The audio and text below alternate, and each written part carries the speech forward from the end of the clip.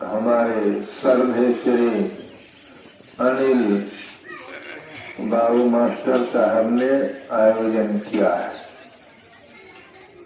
यह सत्संग का आयोजन क्यों किया गया है, हम लोग सबको मालूम है। सत्संग इसलिए इस सत्संग का आयोजन किया गया है क्योंकि धर्म पत्नी की पुण्य स्मृति में यह सत्संग के आयोजन किया गया है। उन्हीं के नाम पर यह सत्संग के आयोजन किया गया है। यह सबसे उत्तम काम है, इससे बढ़िया काम कोई नहीं है। सत्संग हम लोग समझेंगे क्या चीज है तो हम लोगों का दुख ऐसे आधा चले जाएगा। जब हम लोग समझ लेंगे तब, जैसे समझेंगे वैसे आधा दुख समाप्त हो जाएगा। तो आप लोग कहेंगे कि बाबा जी कैसे कहते हैं कि आधा दुख समाप्त हो जाएंगे, क्या नियम है? भगवान कृष्ण कहते हैं उद्धव से कि हे उद्धव, मुझको जो याद करता है, मुझ में जो समर्पण करता है, जो सत्संग करता है, उनका दुख का भार मैं अपने ऊपर लेता हूं। उनको दुख को मैं हरण करता हूं। इसलिए कि हम लोग सत्संग करेंगे, सत्संग क्या चीज है इस बात को जान लेंगे तो हमारे जीवन में सुख होगा, दुख नहीं होगा। तो हम लोग सब काम सुख के लिए करते हैं। मास्टर साहब जब तक स्वस्थ रहे, चलते फिरते रहते, शिक्षक के भी काम करते थे और सत्संग में सचिव के भी काम करते थे और हर साप्ताहिक शुक्रवार को चले जाते थे, प्रवचन भी करते थे। आध्यात्मिक भौतिक ज्ञान दोनों इनके पास में है, दोनों रखते थे। तो अब क्या हो गया, शरीर से लाचार हो गया, शरीर बूढ़ा हो गया। सबका शरीर एक दिन लाचार होते हैं, सब दिन कोई जवान नहीं रहते। देखें किसी को सब दिन कोई जवान है, कोई नहीं रहता है। सब दिन किसी के मुंह में लाली सुंदरता सब दिन नहीं रहते, बूढ़ा हो जाते, चमड़ा गुलहक जाते, केस सफेद हो जाते, चेहरा से रंग रूप खत्म हो जाते और सब दिन हाथ में माया नहीं रखते। माया कहते लोग, हम लोग पैसे रुपये को, धन को नहीं। तो सब दिन माया नहीं रहते हैं और सब दिन जवानी नहीं रहते हैं, सब दिन मनुष्य के पास धन भी नहीं रहते।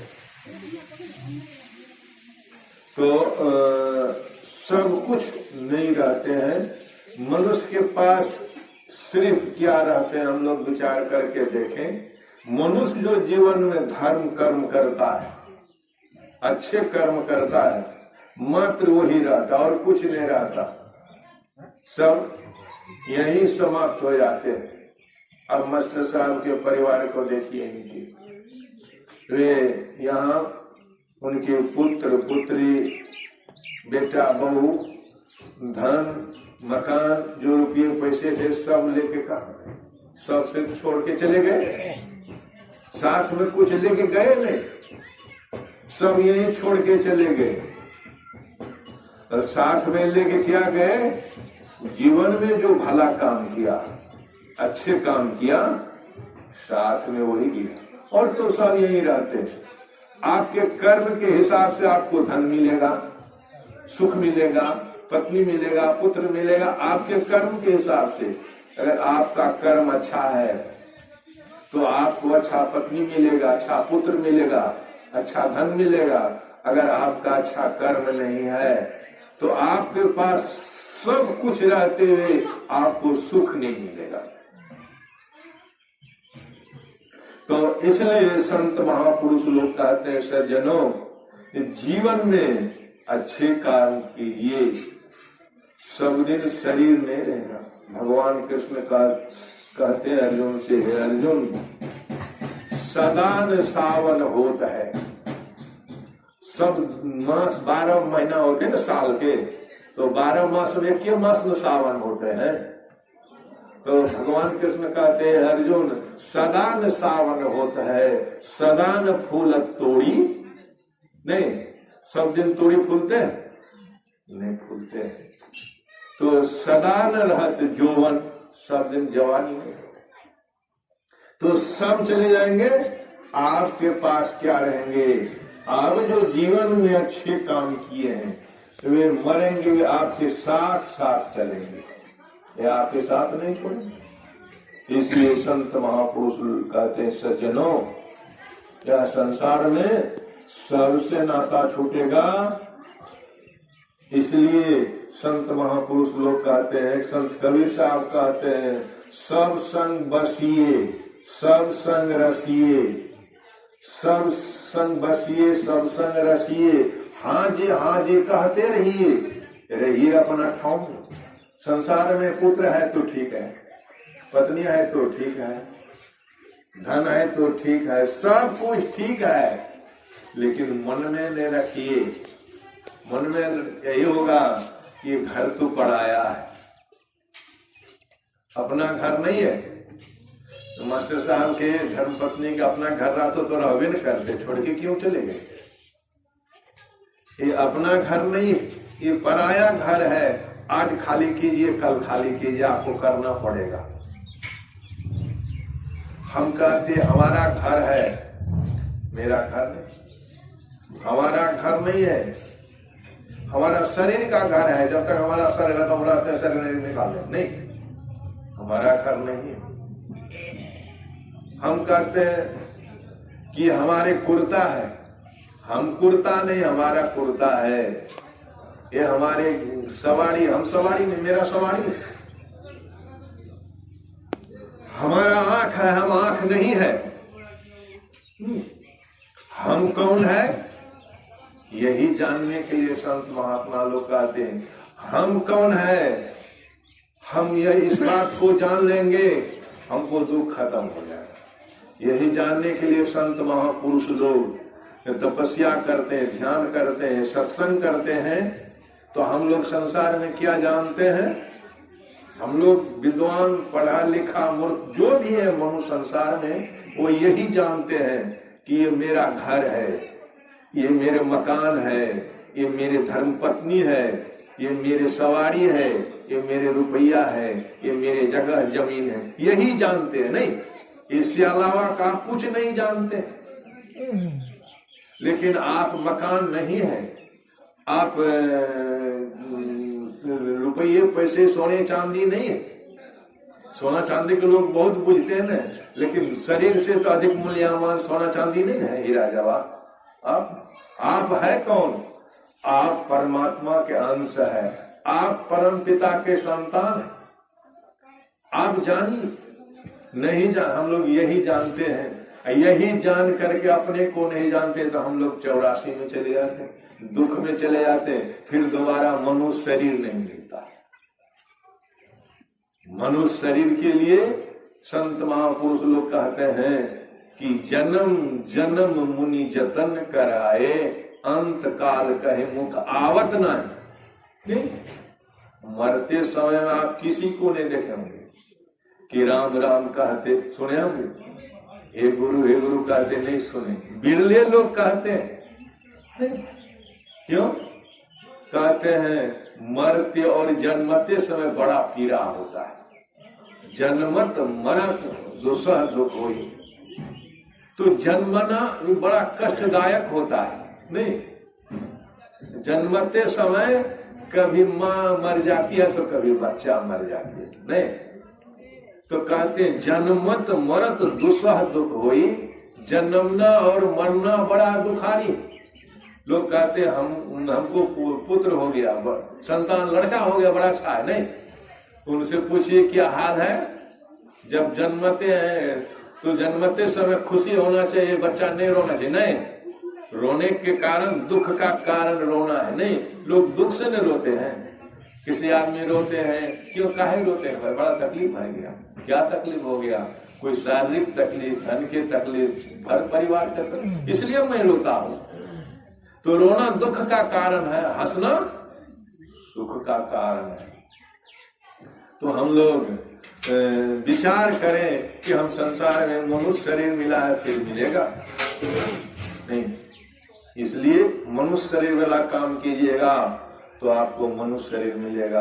अभी हम लोग मनुष्य शरीर में है, देखिए हमारे शरीर में कितना कपड़ा है। नहीं, हम बैठने के लिए मास्टर साहब पंडाल लगा दिए, बिछावन लगा दिए। नहीं, खाने पीने के लिए सब्जी दाल रोटी नहीं, सो कोई चिंता नहीं। हम लोग सत्संग करके उठेंगे, भोजन मिलेगा। नहीं, भात दाल दही चूड़ा खीर पूरी जो है मिलेगा। नहीं, तो सत्संग से क्या लाभ है आप देख लीजिए। नहीं, तो आप नाच में चले जाइए, ड्रामा सिनेमा में चले जाइए, आपको कोई एक गिलास पानी भी नहीं देगा, पीने की जगह नहीं देगा। आपको कोई चाय भी नहीं पिलेगा, कोई जलपान भी नहीं कराएगा। नहीं, कोई भोजन नहीं करेगा, नहीं देगा सत्संग में। इसलिए संत कबीर साहब कहते हैं, सत्संग में लागी रहो रे भाई, तेरी बिगड़ी बात बन जाए, आपका बिगड़ा हुआ कर्म सुधर जाएगा। लगे तो लगिएगा तब, नहीं लगेगा तो नहीं होगा। इसलिए हम लोग मनुष्य शरीर मिला है, अच्छे काम कीजिए। आप ठक लिए तो कितने दाम काम कीजिए, कितने दिन रहिएगा। नहीं, बहुत विशेष सुख नहीं रहेगा। कम ही दिन में आप खत्म हो जाए। थकते समय आप सोचेगा कि बहुत अच्छा हुआ। एक दिन मैंने पूज्य बाबा से कहा कि हजूर फलाने आदमी बड़ा बेईमान ठग है, हमको बाबा मारे नहीं तो सब कुछ करेंगे। क्या है कहा? तो क्यों कहा? मैंने कहा हजूर मैं नहीं कहता, लोग कहता कहने दो, तुम मत सुनो। तो मैंने देखा अंतिम में उनको मंदिर में जाते थे। नहीं, लोग कहते थे कि बाबा ये बहुत बेईमानी लोगों को बहुत सताए, इसको मार दिए, कुछ खाने नहीं भगा दीजिए, क्या मारेंगे, इसको बड़ा हुआ ही है। लोग का संत महात्मा लोग कहते हैं ज्ञानी मारे ज्ञान से, मूर्ख मारे ज्ञान से। नहीं, ज्ञानी लोग ज्ञान से मारते हैं और मूर्ख कपारी बोला से मारते हैं। नहीं, तो मारने वाला कहते देखिए बेईमानी शैतानी किए, बच्चा के लिए, संतान पुत्र के लिए, पत्नी के लिए बेईमानी के लिए, अपने लिए क्या किए? अपने लिए कुछ नहीं किए। संत महापुरुष लोग कहते हैं ज्ञानी मारे ज्ञान से, मूर्ख मारे ज्ञान से। ज्ञानी लोग लाठी सोटा से नहीं मारते हैं, बात से मारते हैं। और बात से ऐसा मारते हैं आदमी को रसातले कर देते हैं। तो ज्ञान से जो मारते हैं, तो ज्ञानी लोग कहते हैं पहले विचार कीजिए, बुद्धि कीजिए। तो हम लोग मनुष्य शरीर में सब कुछ बुझने समझने करने की भी ताकत शक्ति है, तो हम लोग नहीं करते। तो हमारे मास्टर साहब बड़े अच्छे काम किए, सत्संग किए, ध्यान किए। ऐसे तो संत कबीर साहब कहते हैं भक्त मरे क्या रोई। नहीं, वे अपनों घर जाए, कहा अपना घर। तो अपने घर चली गई तो रोइए नर साकट, बाप रे बाप, हाटो हाट विकास। नहीं, तो हम लोग हाट में गाय भैंस बैल बकरी खरीदते, मुर्गा मुर्गी बेचते। नहीं, 2 महीना में करसिया में नहीं, उधर क्या कहते हैं सिजवा से पूरा दमना गौरीगंज। नहीं, कितना हाट है दमक में। नहीं, तो कहते हैं कि यह तो मवेशी इसका जन्म मरण है, हम 84 रुपये हटिया में जन्मते रहेंगे मरते रहेंगे, कितना मार खाना पड़ेगा, कितना बार जन्म लेना पड़ेगा, कोई ठिकाना नहीं।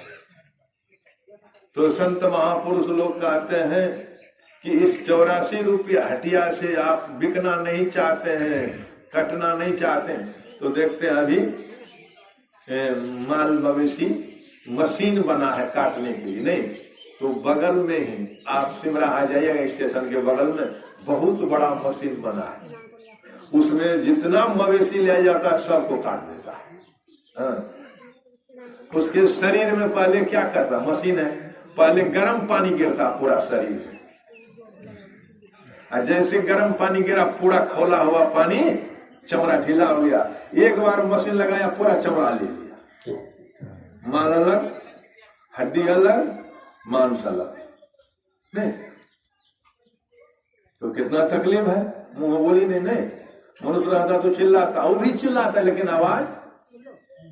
तो संत महापुरुष लोग कहते हैं देखिए 84 रुपये हटिया में जन्म होने से क्या दिक्कत। हाँ, यही शरीर में रहने वाला ये जीव कर्म के हिसाब से अच्छे काम करते तो मनुष्य होता है, अच्छा कर्म नहीं करते थे गाय भैंस बैल इतर जोनी में, तो कहते 84 रुपये हटिया में जन्मते मरते रहिए। तो इससे बचने के लिए आपको संतों का संग, सदगुरु का संग, महापुरुषों का संग, सत्संग का संग करना पड़ेगा, तब आप बचेंगे, नहीं तो नहीं बचेंगे। तो हम लोग सुन रहे थे अभी योग सिद्धोपनिषद में कि भगवान शंकर और ब्रह्मा की संवाद। तो भगवान शंकर से ब्रह्मा जी पूछते कि हे भगवान, कोई कहता है योग बड़ा है, कोई कहता है ज्ञान बड़ा है, आपका क्या मत है।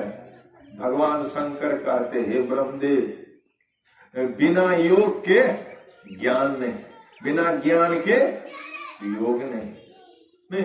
जब आपको ज्ञान नहीं होगा तो योग क्या होगा, जब योग नहीं होगा तो ज्ञान कहाँ से होगा। नहीं तो हम लोग कहते हैं बिना योग के ज्ञान नहीं, बिना ज्ञान के योग नहीं, दोनों।